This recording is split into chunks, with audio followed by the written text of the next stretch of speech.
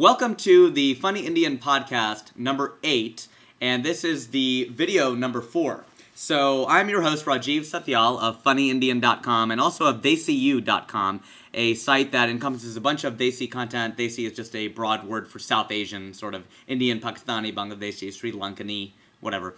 And that's desiyu.com, so come check us out. Okay, I got really big there when I did that. Anyway, well, not big, but you know what I mean. Okay, so what are we talking about? We're just going to talk and see where we go. I've just scribbled down a couple of notes, and we'll see where we go. Okay, here's the thing that's on my mind right now. This whole idea of The Secret. Have you heard about this? Like it's a DVD, it's a book, it was on Oprah, and a lot of performers in Los Angeles talk about this thing like it's the greatest thing since canned beer. And I've seen part of it, so I can't say that I've seen the entire thing. I could say it, but I haven't seen the entire thing. But the basic premise of it, and the one good thing about it is at least it tells you what it is, okay? Because you hear about The Secret, what is The Secret? Or anytime anybody pitches you anything.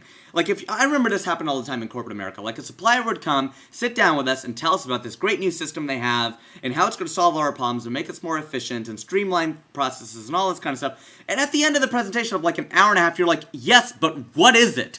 What actually does it do? What does it look like? What is it? And at least... And it's the same thing with, like, Amway. Have you ever had anyone pitch you on Amway and be like, oh, it's great, no, you can make all this money, it's this business opportunity. You can make a lot of money, and you get people involved, and it's stuff that people need. And you're like, yes, but what is it, though? And you find out what it is, and it's really selling, like, cleaning products and stuff like that. But I couldn't do that because I worked at Procter & Gamble. And I remember a friend of mine said to me, she's like, hey, why don't you join Amway with me? And I'm like, so what does it do? She's like, well, you know, we sell cleaning products. I'm like, I can't do that because I work at P&G. And she's like, so? And I'm like, well, I can't be, you know, being a shareholder and a consumer and an employee all day and then at night, like, push these competitive products. And she's like, why? And I'm like, wow, okay, so our sense of integrity are very, very, very different. I don't even really talk to her anymore, so it doesn't matter. Well, I mean, it kind of does. So, okay, here's the thing. So the good thing about The Secret is that at least it tells you what it is. What The Secret is it's the law of attraction. It talks about like attracts like, and how, really, if you want something, you should just focus on it and send out positive waves into the universe, and power of positive thinking kind of stuff, and it will come true.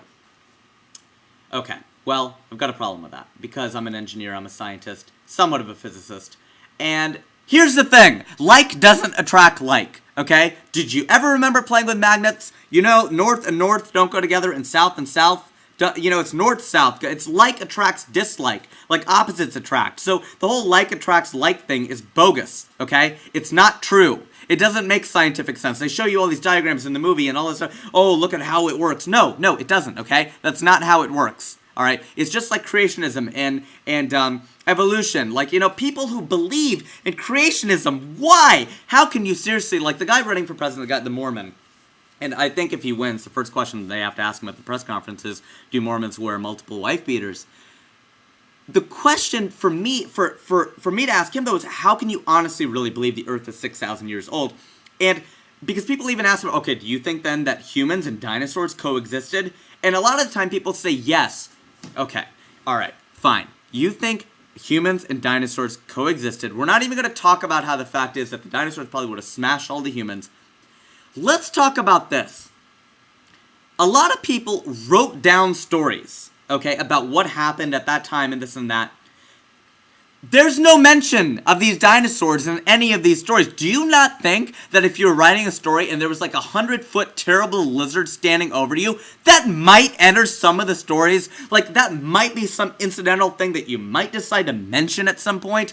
How would it even be possible that, oh yeah, we forgot to write this stuff down about the apatosauruses and brontosauruses, or I think those are the same thing, and Tyrannosaurus rexes walking around with these little arms. Oh yeah, sorry, we forgot to write that down. Or they think, well, God might have, you know, he might have created rocks that were like 4.6 billion years old, but really the Earth is 6,000 years old. He might have just used old rocks.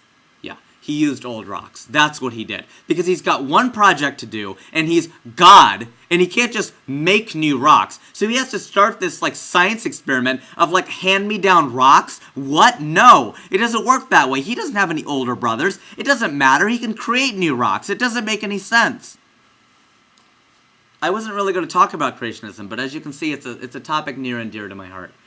And it's kind of like smoking. I feel the same way, like, about smoking. I don't understand how people can smoke. I've never done it, and I give a lot of speeches to like high school kids and college kids, and I love doing that kind of stuff. And I always talk about how, I've never smoked a cigarette. Well, what's interesting to me is I actually ended up telling a friend of mine that the other day, and we went to freshman year in college together, and we didn't go to college together because we both transferred, but we went to freshman year together, and he goes, "That's not true, Raj, you smoked a cigarette once." And I'm like, "No, that can't be." And he goes, "Yeah, you did one night when you were drinking, and you were drinking a lot, and you smoked a cigarette." And so it's kind of turned my world a little bit upside down, not my evolutionist world, upside down, because I can now do one of two things when I talk to college kids or high school kids. I can either say the same thing, that I've never smoked a cigarette, but with not quite the same conviction, or I can say, look, I might have smoked a cigarette once, but I really don't remember because I was so wasted. You can't really say that. I don't think they're going to let you finish the speech. Let's get back to the law of attraction, okay? Even if that's true, forget the like thing, and I agree about the power of positive thinking, and you put waves out there and all that kind of stuff. That's to some extent true. But at the same time, I went to see Cheryl Hines, who's the lead in Curb Your Enthusiasm, and she was speaking last week at the Groundlings, this comedy troupe in LA, as I was talking about. And she invoked Deepak Chopra, who is you like how I said that with the accent? Deepak Chopra, who's like sort of a spiritual leader, I guess you could say, in the United States, kind of like an Oprah, sort of, and has based a lot of his teachings on ancient Hindu texts like the Mahabharata and the Ramayana, stuff that's like 5,999 years old, stuff like that. And I remember for a long time resenting Deepak Chopra, because I was like, anybody could have done what he did. He's really just the cliff notes for the Hinduism religion. And one day then my mom said to me, she goes, "Yeah, but you know what? He did it. You talk about doing it, you say a lot of people could do it, but he did it." And you know what, Mom? You're absolutely right. So now I've become a Deepak Chopra fan. I think that does make a lot of sense. One thing that she was talking about is, quoting from him, is not focusing on your objective. It's really important, actually, to not focus on the objective, because it's like the quote that says, a sure way of losing something is to want it too much. And my friend Andrea and I always talk about this. Like, you can never get what you want. You want what you can't have. So his idea is sort of kind of juke the universe a little bit. And I haven't read his text directly, so it's third person. But it's one of those things I agree with. It's like focus on the process, focus on how you're going to do it. It's just like the inner game of tennis. And if you haven't read the book, it's one of my favorite books of all time, even if you don't play tennis. It talks about self one and self two and how we sort of berate ourselves, kind of our mind's voice about, like, if we make a mistake, we miss a forehand. And self two is like, oh my God, I suck, I'm so sorry. And self one is like, yes, you do suck, hit it right the next time. And the idea of the book, and the way you get good at it, is getting in the zone. And the way you get in the zone is by not really knowing you're in the zone. You have to sort of detach yourself, which Hinduism is about a lot too, detaching yourself. It's very Eastern, very Zen kind of thing. And that's kind of like versus the, so getting back to that, it's like you hit the tennis ball, and you just kind of observe whether or not it goes in or out. But you don't make a judgment call. You don't go, I'm going to hit the ball in. You just hit it the right way, and then you observe if it goes in or not, but that's not good or bad. So you focus on the process and how you're going to get there, but you don't focus on the objective.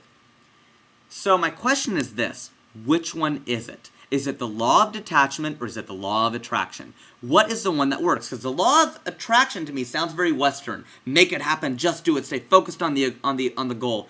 Whereas the other one is a little bit more Eastern, a little more Zen, a little more detached. Which one is it? That's the question I have. And that's what I'm trying to figure out, because it's very relevant to all of our lives. Like, should you focus on the objective or should you not? Like, should you focus on the work itself? It's probably somewhat both, but I'm not going to try to, like, create a duality kind of, like, synthesis. I want to know which one it is.